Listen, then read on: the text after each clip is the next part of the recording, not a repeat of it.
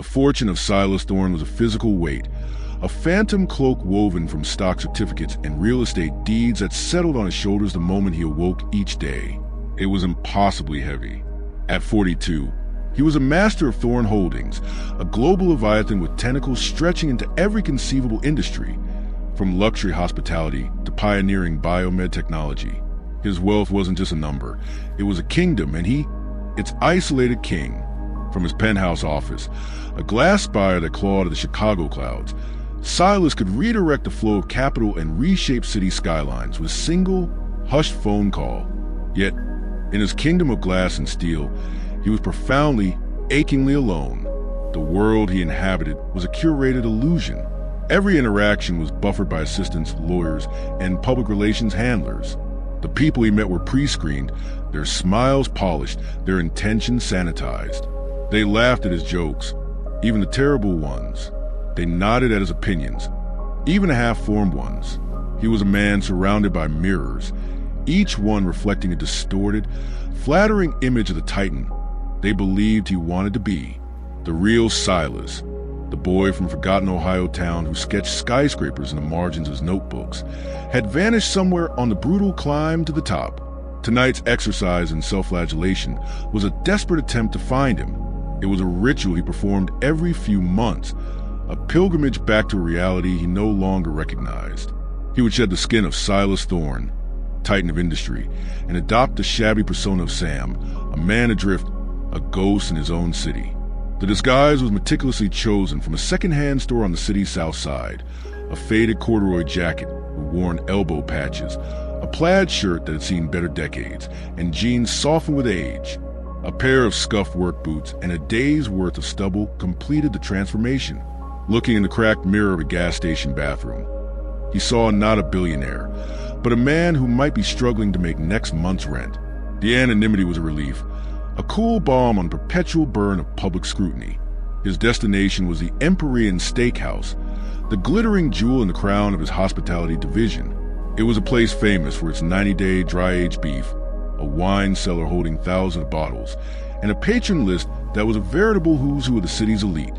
He had acquired the restaurant group 2 years prior, and while the profit margins were spectacular, he had never set foot in this particular location. His COO, Julian Croft, provided reports that spoke of flawless service and record-breaking revenues. But reports were just numbers. They couldn't measure the soul of the place. Silas wanted to see it through the eyes of a man who didn't matter. He pushed through the heavy, ornate brass doors, and the city's clamor was instantly replaced by the hushed symphony of fine dining. The air was thick with the scent of seared meat, old leather, and expensive perfume. The hostess, a statuesque blonde whose smile was as bright as it was brittle, gave his attire a swift, dismissive glance.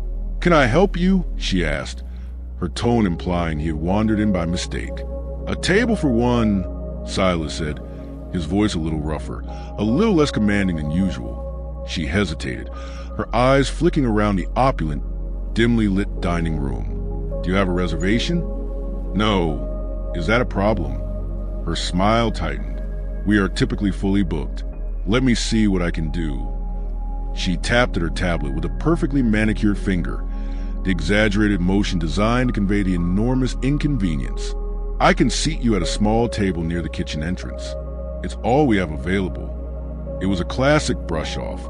"That's fine," Silas said, playing his part. He followed her past tables where diners paused their conversations to watch his passage, their curiosity tinged with disdain. He was an anomaly in this curated environment, a weed in a rose garden. He was deposited at a small, wobbly table tucked into an alcove. The swinging doors to the kitchen provided a constant, jarring percussion of bangs and muffled shouts. It was the worst seat in the house. It was perfect from this vantage point. He could observe the restaurant's machinery. He watched the waiters move with a predatory grace, their smiles calibrated to perceive wealth of their tables. He saw the manager, a slick, dark-haired man in a suit just a little too tight. Marcus Thorne, his own distant and resentful cousin, a detail Silas had intentionally overlooked when placing him here. Marcus exuded an oily charm that didn't quite reach his cold, calculating eyes. One moment he was laughing loudly with a patron. The next His smile vanished as he barked a sharp order at a passing busboy, who flinched and scurried away. Silas settled in, becoming part of scenery.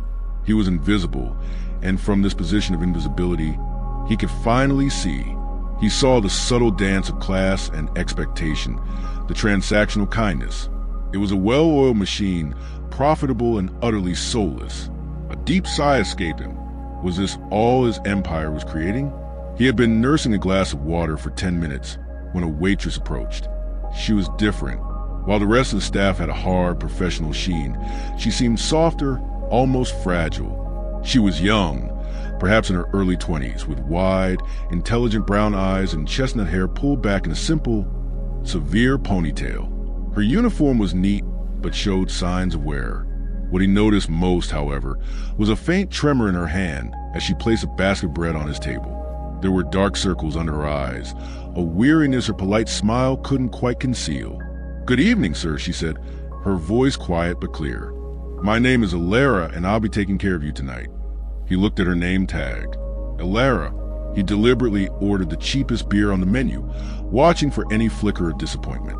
He saw none. "Of course," she said with the same steady, pleasant tone. As she walked away, he noticed her shoes. The soles were worn almost smooth, the leather cracked and peeling. They were the shoes of someone for whom a new pair was a luxury she couldn't afford. It was a small detail that told a bigger story than any of Julian's financial reports. For the first time all night, Silas Thorne felt a sliver of genuine curiosity. He didn't know it yet, but his simple, cynical test was about to unravel a conspiracy that reached into the very heart of his company. And this quiet waitress with the tired eyes and worn-out shoes was the only one brave enough to light the fuse. Alara Ellie Vance moved through the controlled chaos of the Empyrean Steakhouse like a ghost. Behind the curtain of her professional smile, a storm of anxiety was raging. Her younger brother, Leo, was the center of her universe. At 17, his life was a cycle of doctor's appointments and terrifying trips to the emergency room. He had a rare genetic disorder that affected his lungs, and the experimental treatments were astronomically expensive. Every dollar Ellie earned went into the bottomless pit of Leo's medical bills. The job at the Empyrean paid well, but it came at a cost. The manager, Marcus Thorne, was a predator. He had discovered a minor inventory mistake Ellie had made out of sheer exhaustion and had twisted it into a weapon. Accusing her of theft, he'd forced her into a sham deal she could work off an inflated $5,000 debt, her paychecks garnished, her tips monitored. She was his indentured servant. Worse, he used her 2 years of community college accounting studies to force her to help him with the real books. She saw the fabricated invoices, the vast sums of money funneled into shell corporations. She was a reluctant accomplice. Trapped. When she first saw the man in the corduroy jacket at table 32, her sympathy was immediate. She treated him with the same genuine respect she offered the CEO at table 5. When she returned to take his food order, she steeled herself. "Have you decided on an entree, sir?" He looked up, his eyes meeting hers. "Yes, I think I'll have the Emperor's cut." Ellie's professional composure almost cracked. The Emperor's cut was a $500 spectacle. It was not something a man in a faded plaid shirt ordered. Ever. Her mind raced. Was this a joke? Marcus would have her head if this man couldn't pay. But then she looked into his eyes again. There was no bravado, just a quiet challenge. It felt like a test. A small, genuine smile touched her lips. "An excellent choice, sir. And how would you like that prepared?" "Medium rare," he replied, his gaze unwavering. "And a glass of the Cheval Blanc 1998 to go with it." Now she was truly floored. That was a $300 glass of wine. Her training screamed at her to get the manager, but her instincts told her to trust this quiet, observant man. "Right away, sir," she said, her voice betraying none of her inner turmoil. As expected, Marcus intercepted her near the wine station. "Vance," he hissed, "what the hell do you think you're doing? Table 32, just order the Emperor's cut. Did you see the guy? He looks like he just crawled out of a homeless shelter. When he dines and dashes, that $800 is coming out of your paycheck. You understand me?" He leaned in closer. You're already on thin ice. Don't make me push you off." Fear, cold and sharp, pierced through her. But as she looked past Marcus's sneering face, she saw the man watching them. He couldn't hear, but he could see the dynamic, Marcus's aggression and her fear. And he simply nodded, a slow, almost imperceptible gesture of acknowledgement. It sent a jolt of courage through her. He knew. "I understand, Mr. Thorne," she said, her voice steadier than she felt. "I will take full responsibility." For the rest of his meal, an unspoken understanding flowed between them. He ate his steak slowly, savoring every bite. He asked her about the city, about the neighborhoods, the people. He listened. He made her feel, for the first time in a very long time, like a person. And as she watched him, a desperate, terrifically dangerous idea began to form. This man was different. He was powerful. She could feel it. Maybe, just maybe, he was a lifeline she and Leo so desperately needed. She had to take the risk. Time was running out. The man at table 32 was finishing his coffee. Ellie's plan was both simple and terrifyingly risky.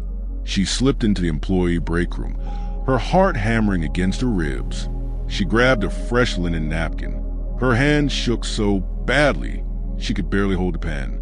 She had to be concise, intriguing, alarming. She scribbled 4 lines. "They are not who you think. The kitchen is compromised. Check the ledger in Thorne's office. He's poisoning the supply chain." She didn't sign it. It had to be a ghost whisper. She folded the napkin into a tight square and tucked it into her apron pocket. The man had already paid his bill in cash. The exact amount. Another strange detail. As she returned to his table for final clearing, her pulse throbbed in her ears. "Will there be anything else for you this evening, sir?" she asked, her voice miraculously steady. "No, thank you, Elara." The meal was exceptional. With practiced movements, she gathered the coffee cup and water glass. As her right hand picked up the empty sugar caddy, her left, hidden from the room, slid the folded napkin onto the table, immediately covering it with the bill tray. The entire transaction took less than a second. She turned to leave. "Wait." The man's voice cut through the hum. Ellie froze. Had he seen? Was he going to expose her? Slowly, she turned. He was looking at the empty space on the table, where the bill tray had been. He had seen her place the note, and he had seen her pick it back up, hidden under the tray. Her trick had been too clever. With a courage she didn't know she possessed, she walked back to the table. She could feel Marcus's attention shifting.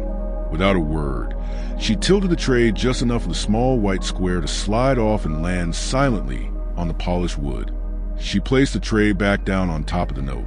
"You forgot your tip," she whispered, the words barely audible. She turned and walked away, her entire body trembling.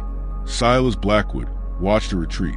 The whispered words, "You forgot your tip," were absurd. He had left no tip. The note was the tip. He waited until she had disappeared, then casually placed his hand over the bill tray, his fingers closing around the hidden napkin.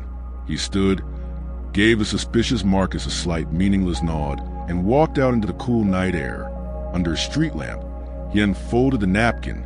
The hastily scrolled words seemed to glow, poisoning the supply chain. It was not a plea for a better tip. It was a declaration of war. His simple test for honesty had unearthed something far darker. The quiet waitress hadn't just served him a meal, she had served him a conspiracy. In a quiet, dimly lit bar miles away, Silas sat in a back booth and pulled out a burner phone. He had one number programmed into it. "Yes," a crisp British accented voice answered. "Julian, it's me." Silas quickly recounted the evening's events, culminating in him reading the words from a napkin aloud. "Poisoning supply chain," Julian repeated slowly. "That's a very specific and serious accusation. It could be slander from a disgruntled employee."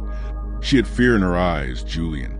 The kind of fear that goes beyond a bad boss. Marcus cornered her. He was threatening her. She risked everything to get this note to me. "I'm going to investigate him. Get me everything you can on Marcus Thorne, off the books. And find out everything you can about the waitress, Elara Vance. If she's telling the truth, she's in danger." "What about the ledger?" Julian asked. "I need to get my hands on it," Silas said. "Tonight." Silas, you can't break into your own restaurant. An official audit gives him time to react. Silas insisted. My disguise is the perfect cover. A long, weary sigh traveled through the phone. All right, but you are not going alone. I have a contact in Chicago, a security specialist. Her name is Nix, former MI6. She's the best. She will contact you within the hour. As they drove toward the silent, darkened restaurant in a nondescript cleaning van, Silas's phone buzzed. It was a message from Julian, a preliminary file on Alara Vance, sole guardian of younger brother, Leo, 17, cystic fibrosis, advanced stage, medical bills exceeding $300,000 annually, insurance maxed out, multiple outstanding loans. Silas's blood ran cold. This wasn't a disgruntled employee. This was a young woman drowning. Her decision to write that note wasn't just brave. It was an act of profound, selfless love. This was no longer about his company. It was about justice for Ellie. Disguised in janitorial uniforms, Silas and Nix entered the service entrance. While Silas stood lookout, Nix worked on Marcus's office. In less than 2 minutes, the door was open.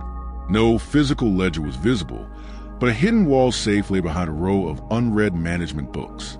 There's a safe, she whispered into her comms. Can't crack it quickly or quietly. What's on the walls? Silas asked, betting on his cousin's arrogance. Photos. Thorne with the mayor at golf with a little league team. The team, Silas pressed. Date on the trophy? Jersey number? Trophy says 2023. He's wearing jersey number 1. Try the date, Silas instructed. A few beeps, a pause, then a soft thunk echoed to the comms Nix was in. Inside was a single black leather-bound ledger, while a device copied a hidden petition from Marcus's computer. Nix used a camera pen to photograph every single page. They slipped out unnoticed, melting back into the shadows. By dawn, Julian's analysts had unearthed a horror story. Marcus wasn't just skimming profits. He was a local operative for a massive criminal enterprise. He was knowingly buying condemned, toxic meat from a plant shut down for extreme bacterial contamination, using an industrial chemical tenderizer to mask the spoilage, and serving it to his patrons at a premium, funneling the profits to an organized crime syndicate. The encrypted petition on his computer held his insurance, secretly recorded videos of him explicitly threatening Ellie, using her brother's fragile health to force her to help cook the books.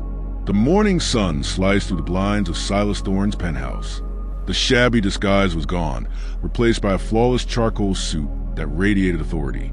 He was no longer a ghost. He was a king, ready to excise the sickness that had taken root in his kingdom. At 11:45 a.m., 2 imposing black SUVs pulled up to the restaurant. Marcus, expecting a celebrity, rushed to the door. His practiced smile vanished as Silas Thorne emerged, flanked by Julian and 2 men who were, in fact, FBI agents. The staff froze. Mr. Thorne, Silas's calm voice echoed. We have business to discuss.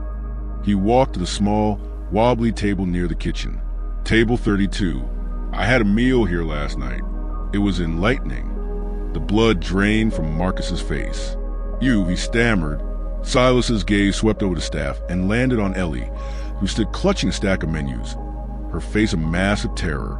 Inside the small office, Silas went straight to the bookshelf. A little lead trophy, he mused, gesturing toward the hidden safe. Is that where you keep the proof of your partnership with a condemned meat supplier? Marcus collapsed into his chair. I don't know what you're talking about. Julian stepped forward with a tablet displaying the evidence. The ledger, the fraudulent invoices, the videos. We know everything, Marcus, Julian said coldly. And we know you blackmailed one of your waitresses, Silas said, his voice dropping to a furious whisper. You used her sick brother to coerce her. That is the one thing I find most contemptible. She helped. Marcus blubbered. She cooked the books. Silas opened the office door. Ellie, he called, his voice now gentle. Could you step in here? Trembling, she entered. Ellie, Mr. Thorne claims you were his willing partner. She looked at the pathetic, sobbing man, then at the floor. He's lying, she whispered, her voice gaining strength. He threatened me. He threatened my brother's medical care. He made me do it. I see, Silas said, then nodded to the agents. I believe you have what you need. As the agents cuffed Marcus and led him away, a stunned silence fell. Silas turned to Ellie. Last night, a person in this restaurant showed incredible integrity and bravery, he said, his voice carrying through the room. That person risked everything to expose a crime, not for personal gain, but because it was right. That person was you, Ellie. Tears of relief streamed down her face. Your fabricated debt is erased, Silas continued. Furthermore, Thorn Holdings is establishing a fully funded medical trust to cover all of your brother's care for life. And as for you, a person with your integrity is wasted waiting tables. I am creating a new corporate position, Director of Ethical Oversight. You'll run a new employee welfare foundation and oversee our entire supply chain. You'll answer directly to me. The room was silent as Ellie stared, unable to comprehend the sudden, seismic shift in her life. Say you'll accept? Silas urged kindly. Yes, she whispered, the word filled with disbelief and dawning joy. Yes, I accept. In the end, it wasn't a $500 stake or the billion-dollar empire that defined the story. It was a simple, folded napkin and the incredible courage of a young woman who refused to let fear extinguish her integrity. Silas Thorne set out to test the character of his employees and ended up having his own redefined. Their story became a legend within the company, a reminder that true heroes are not always in the spotlight. Sometimes they're the ones working a double shift with worn-out shoes, fighting silent battles we know nothing about, armed with nothing but conviction to do what is right.